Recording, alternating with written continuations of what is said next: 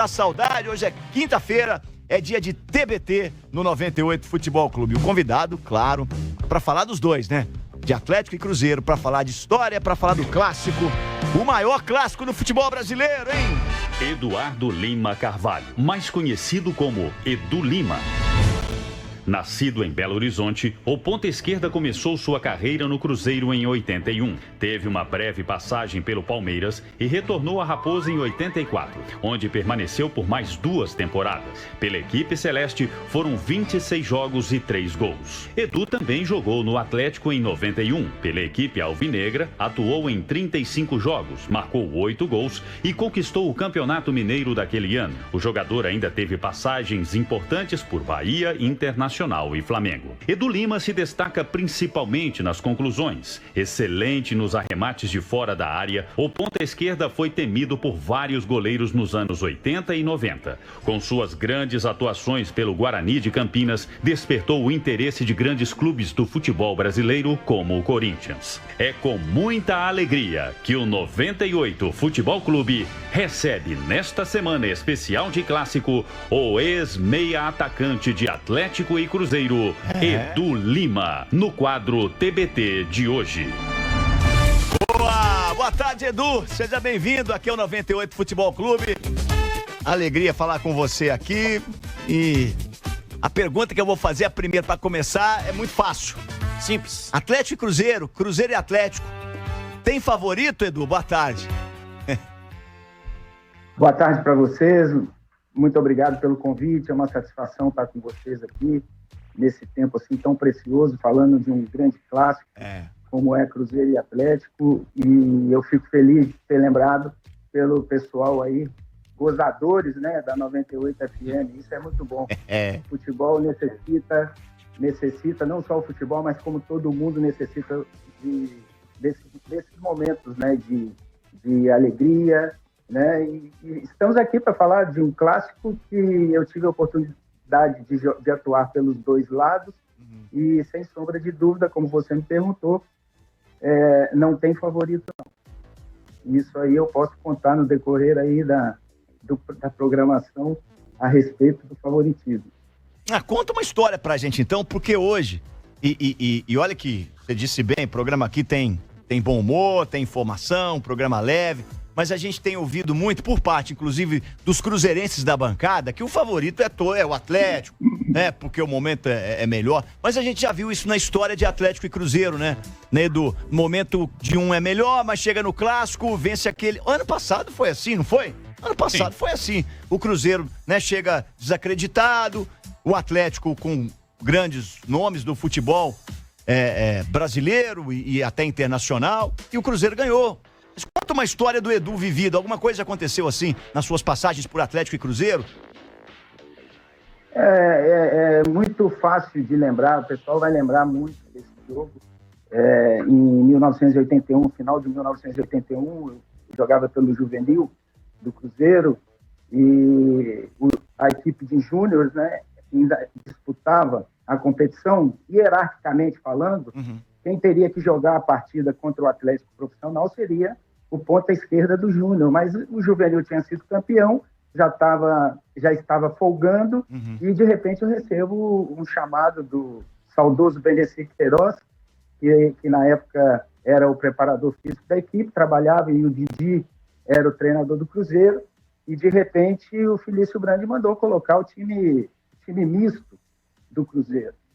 Do time principal do Cruzeiro naquela tarde, só tinha o Abel, que hoje é o treinador, tinha o Toninho, volante, que veio do Internacional, Porto Alegre, me parece que o Cláudio Mineiro na lateral esquerda e o Edmar, né, de centroavante. E aí o resto do time todo era reserva. E nós fomos convidados ali para poder jogar aquele jogo. Eu tinha 16 anos. Nossa. E se você for pegar, né, um clássico onde você tinha do outro lado uma equipe completíssima, que era do Atlético, com 5 jogadores da seleção brasileira, e o Cruzeiro ganhou de 1-0 aquele jogo, né? Então, acho que todo mundo lembra desse jogo, e é por isso que o clássico é muito perigoso de você pode estar num momento de dificuldade, e não é só Cruzeiro e Atlético, são todos os clássicos. Eu acho que se equivale muito. Quando você entra do muro ali para dentro do estádio, a sensação é espetacular de você se sentir um privilegiado por poder disputar um grande clássico da cidade. E esse foi o pontapé inicial da minha vida como profissional. E depois eu não voltei mais para a base. A gente treinava lá no Barro Preto, né? Era o Lincoln Alves que tomava conta, e o Oswaldo Rossi, que jogou no Santos de Pelé também, né? Era o treinador. Então, são muitas histórias bacanas e que nos fez amadurecer ao longo da carreira. Ô Edu, você se lembra por que você disse aí que o Cruzeiro foi com um time nesse clássico, um time alternativo? Por que o Cruzeiro foi jogar um clássico com um time misto, por assim dizer? Você citou aí uma parte da sua fala, você se lembra por que esse detalhe? Não, eu não me lembro. Teve um lance parecido com esse jogo também. Depois o Cruzeiro venceu o Atlético 4-0 no primeiro jogo. O Carlos Alberto Seixas tinha sido o artilheiro do jogo, e depois também voltou com um time mais ou menos mesclado. Mas eu não me lembro. Acho que teve algum processo de renda naquele tempo lá, o clube mandante, né? E o Cruzeiro tinha jogado o primeiro jogo como mandante. Certo. E foi uma estratégia do Felício para poder esvaziar o Mineirão. Porque o Cruzeiro já havia vencido a primeira partida e, de repente, não queria que o Atlético levasse a renda do segundo jogo. Entendi. Então, tinha dessas coisas. Agora, também, Edu, tem uma coisa, né? Porque o Cruzeiro entrou com esse time reservas, não precisa muita coisa pra ganhar do Atlético, né? Então, acho que... Olha só! Só fanfarrão mesmo aqui, pelo amor de Deus! Mas, Edu, me fala o seguinte, é Milton quem tá falando, prazer tê-lo aqui conosco. Você que jogou... Milton, prazer é meu. Igualmente. Você que jogou aí as duas, nos dois times, né? O Atlético e o Cruzeiro. O que tem no clássico, assim, o que é necessário? Por exemplo, você falou que as forças se equiparam ali. O time pode estar muito bem e o outro passando por dificuldade. O que rola ali? Porque se você tem um time muito com jogadores com muita qualidade e outro apenas mediano ali, é o quê? É a briga, é a vontade, é isso que vai prevalecer? Por exemplo, não anula a vontade, anula a qualidade técnica? Olha, Milton, prazer falar com você. Eu creio no seguinte, eu fui um atleta e tive a oportunidade de conviver com esse clássico desde criança. Então, isso aí pesa muito. Eu vi grandes jogos ali, Cruzeiro e Atlético, atrás ali do gol ali da torcida do Cruzeiro, onde ficava a torcida, a charanga, né, do Aldair Pinto. Então, a gente lembra disso tudo aí. E você vai... E eu fui crescendo e conquistando meu espaço nas categorias de base. Eu comecei no Cruzeiro com 8 anos de idade. E a gente já disputava com 8 anos, 9 anos, 10 anos esse clássico no futebol de salão. E era pegado. E não era o futsal de hoje, mas era um futebol de salão bem pegado, que é o início de toda a carreira, e todo atleta que quer ser jogador profissional, eu creio que ele tem que começar por aí. Então, ali foram muitos anos. E quando você chega a vestir a camisa do time principal num clássico desse porte, na sua cidade, né? E você chega no Mineirão e tem 90 mil pessoas assistindo o jogo, a sua responsabilidade ela é muito grande. O jogo em si, ele não começa ali no dia do jogo. Ele já iniciou, os trabalhos já foram iniciados. E naquela época a mídia não era tão rápida assim para divulgar as notícias. Então, muita coisa era fabricada ali para poder tentar mexer com o lado adversário. E isso, algumas vezes, chegava na gente. Ou até mesmo os profissionais que trabalhavam no clube, eles utilizavam dessa arma para poder incentivar o seu grupo. Ou seja, fulano lá falou que você é isso, é isso, é isso. Então, você vai criando dentro de você aquela vamos dizer, aquela ira santa, né? para poder chegar no jogo e querer mostrar mais do que você. Mas, sem dúvida nenhuma, o clássico por si só, ele já movimenta assim, internamente, o sentimento, o trabalho da mentalidade. Eu tive a oportunidade de começar com 16 anos vendo caras que já tinham jogado a Copa do Mundo, já tinham jogado fora do Brasil, e eu vi nesse dia aí do meu primeiro clássico, do outro lado tinha o João Leite, tinha o Nelinho, que já tinha ido, tinha o Oliveira, zagueiro, Luizinho, Reinaldo, Éder, Cerezo, poxa, e você com 16 anos, mesmo que do outro lado você veja esses ídolos do futebol do Brasil, né? Hoje, aqui no TBT, vamos falar da Claro. O Robertão quer fazer uma pergunta pro Edu, mas primeiro vamos falar da Claro aqui, Guinho, porque o verão é sinônimo de alegria. Você merece o novo. Pergunta pro Edu, Roberto. Grande Edu Lima. Aqui quem fala é Cadabrão, velho. Já deve ter entrevistado ele deve se lembrar de você o entrevistando lá naquele antigo Mineirão. Aquela pergunta. Edu Lima, campo molhado, jogo difícil. Era esse tipo de pergunta. A pergunta que eu faço é o seguinte. Você que viveu o clássico dos dois lados, você pode dizer que existe uma motivação diferente quando você está de um lado e quando você está do outro? Pelo DNA, pela camisa, pela história? Você conseguiria qualificar, de um lado a motivação era mais de um jeito, da outra era como se manifesta a rivalidade dos dois lados? Você conseguiria traçar esse paralelo ou isso variou de época, de elenco, de time?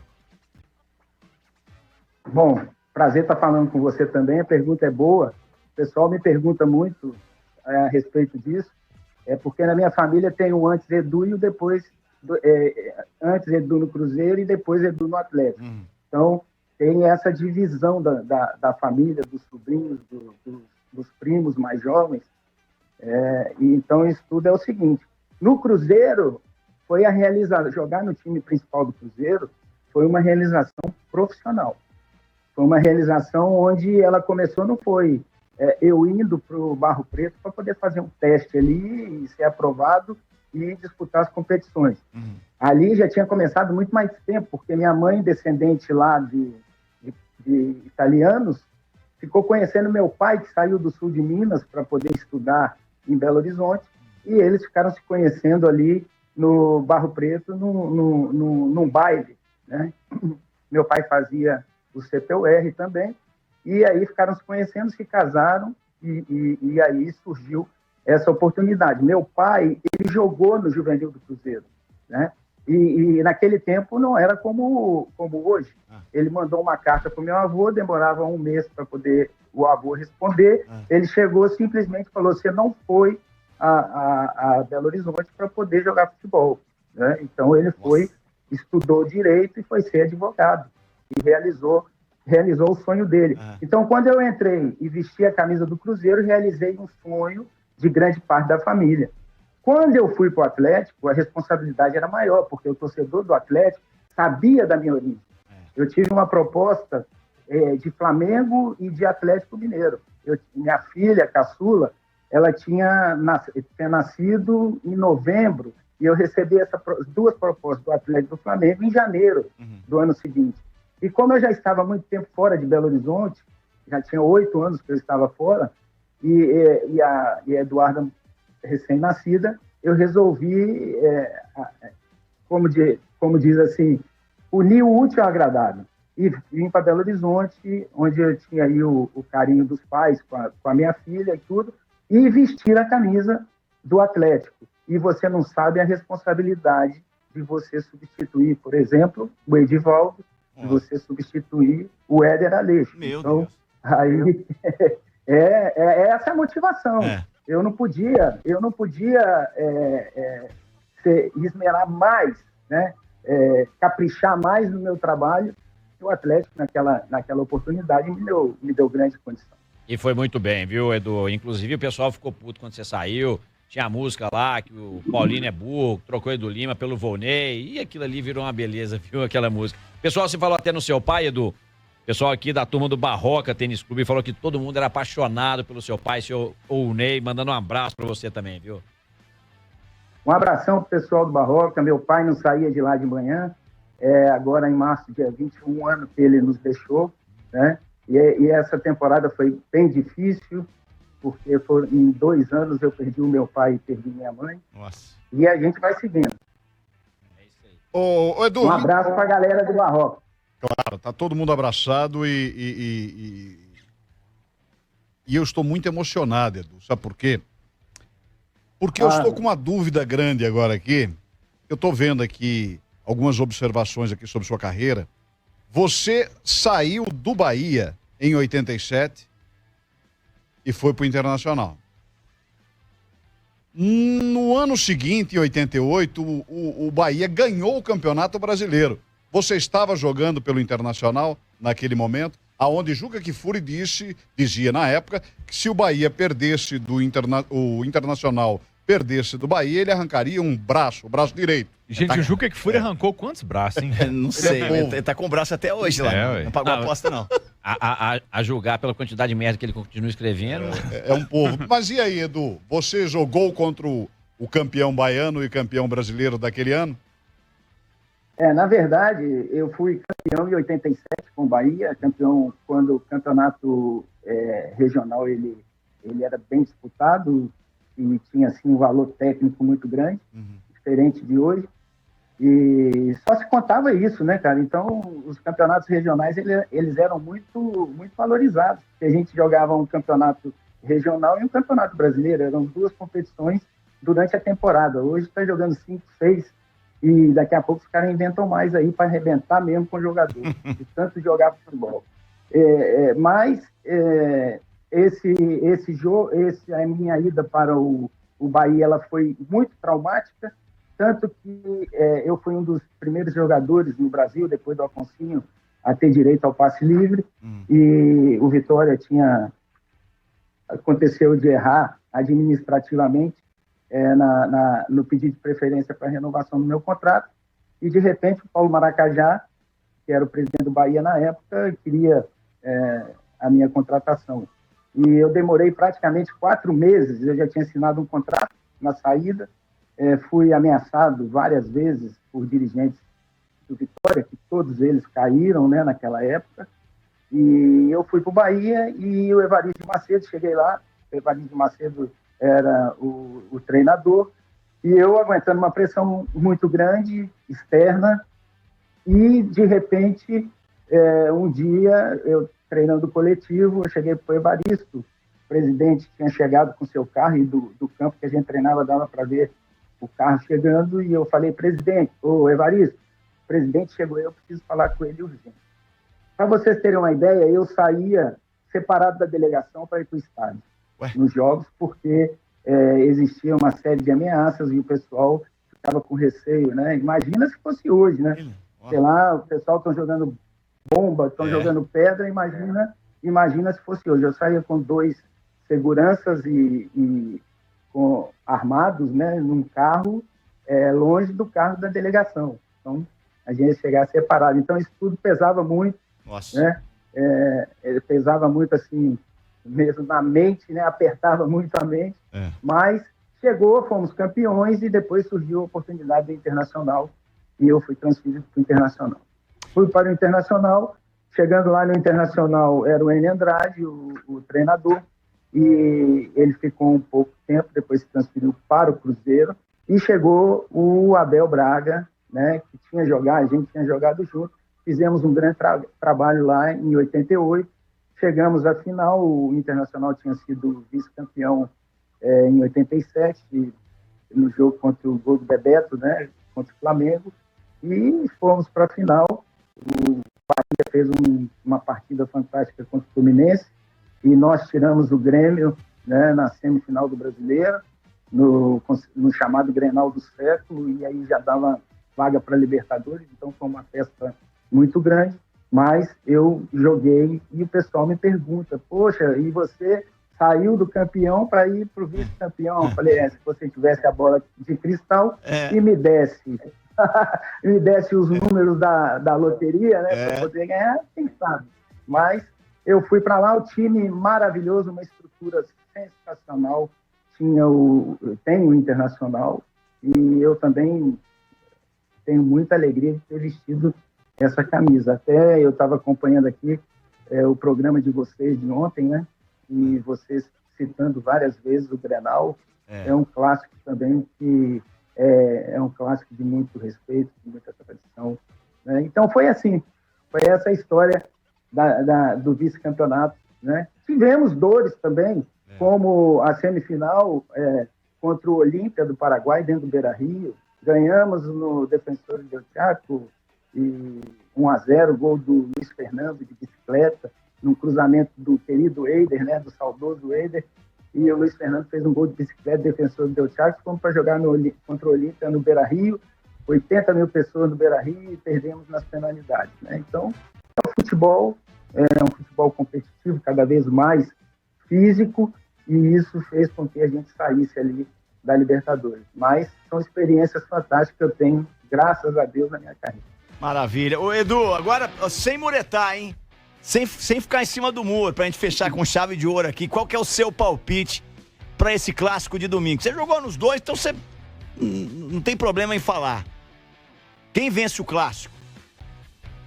Eu não vou ficar no muro, não.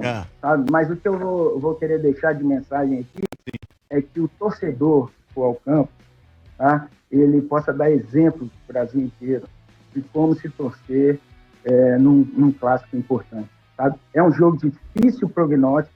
O Atlético tem uma equipe extraordinária, o Cruzeiro passando por todas as dificuldades. Teoricamente, o Atlético é favorito. Mas isso, na hora que entra no campo de jogo, sem dúvida nenhuma, isso aí pode mudar. E aí renasce alguém, né? Se a gente pode dizer, porque para mim o Cruzeiro vai ser sempre grande, mas pela situação o pessoal tem o costume de falar, renasce das cinzas. De repente, uma vitória frente ao grande rival pode fazer com que o trabalho do Ronaldo, o trabalho do Paulo André, o trabalho do pessoal dentro do Cruzeiro possa ser melhor e unir também o torcedor ao clube. Tá certo. Esse é Edu Lima. Obrigado por nos atender, Edu. Valeu, forte abraço pra você, muita saúde aí, viu? Bacana, Edu. Valeu, obrigado. Então, um abraço pra você, parabéns pelo programa, show de bola, gostei demais. Nós é que agradecemos. Valeu, Edu Lima. Jogou no lugar.